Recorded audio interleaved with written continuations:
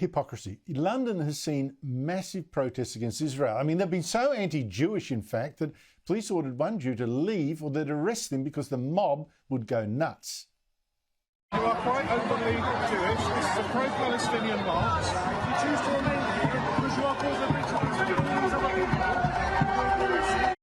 In contrast, this is how police treated a protest that was not anti-Israel, but pro-St George, the patron saint of England, who gave the British flag the cross of St George. Joining me from London is Patrick Christys, star presenter on GB News. Patrick, contrast and compare the policing of these two protests with the St George people, patriots, being battered with sticks and whatever by police. Yeah, no, absolutely. And the other point is this was actually more of a celebration than a protest. It does raise questions as to whether or not it is now illegal to be white, English and patriotic in England. There's definitely two-tier policing here. So the police, the allegation anyway, is that they were looking for a bit of a scrap on St. George's Day. They decided to kettle protesters in before the demonstration had even started. They charged horses at them, including people who were holding children. They were wearing the full riot gear. They had batons.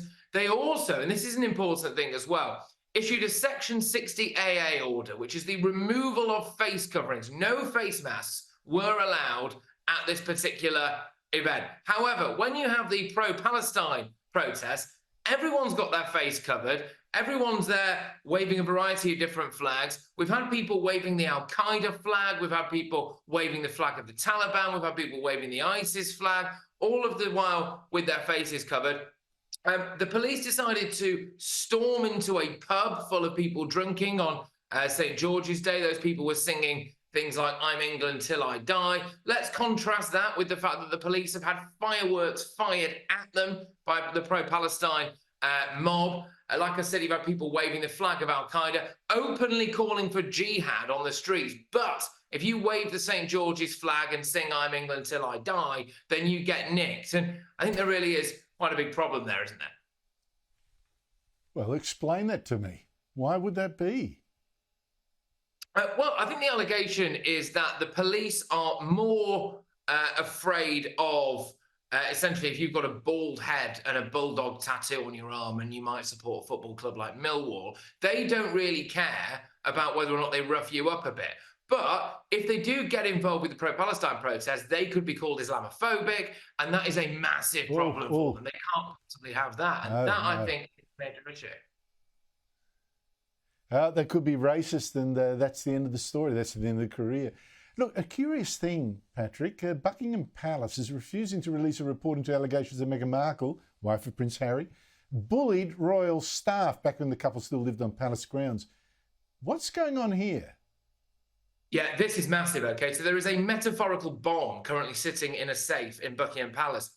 Around 10 former staff of Meghan and Harry have apparently given evidence into this bullying investigation. One of them is Samantha Cohen. She's revealed who she was now, and that means that maybe the dam is about to burst on all of this. You also look at their turnover of staff, both when they were in the UK and when they're over there in Montecito as well. We would imagine all of those ones in Montecito were up to a watertight non-disclosure agreement. But many of these staff who have apparently given evidence about Meghan Markle's treatment of them here in Britain are women, okay? So this could destroy their brand and credibility on numerous different levels. Firstly, they're all about kindness. They're all about decency. They're all about morality. Well, that goes out the window if you're a bully, but they're also, especially Meghan, all about women's rights. Well, what if, allegedly, Meghan Markle has really actually been bullying a lot of women?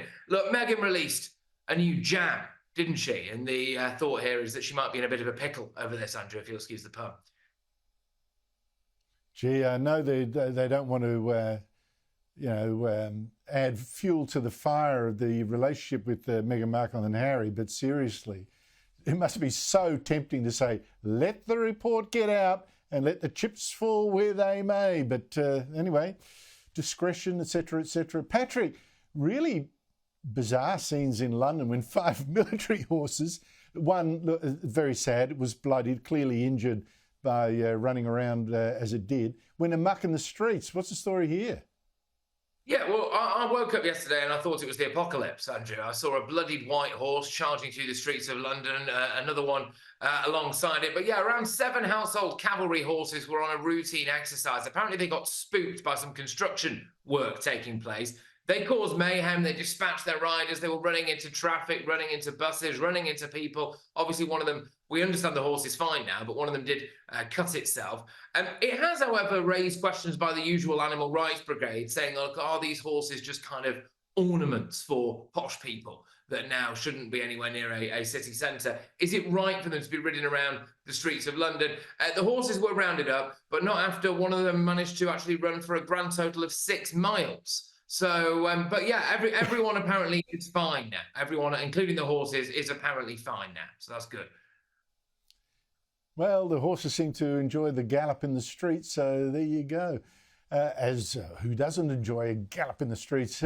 Patrick Christys, thank you so much indeed for your time. Really appreciate it.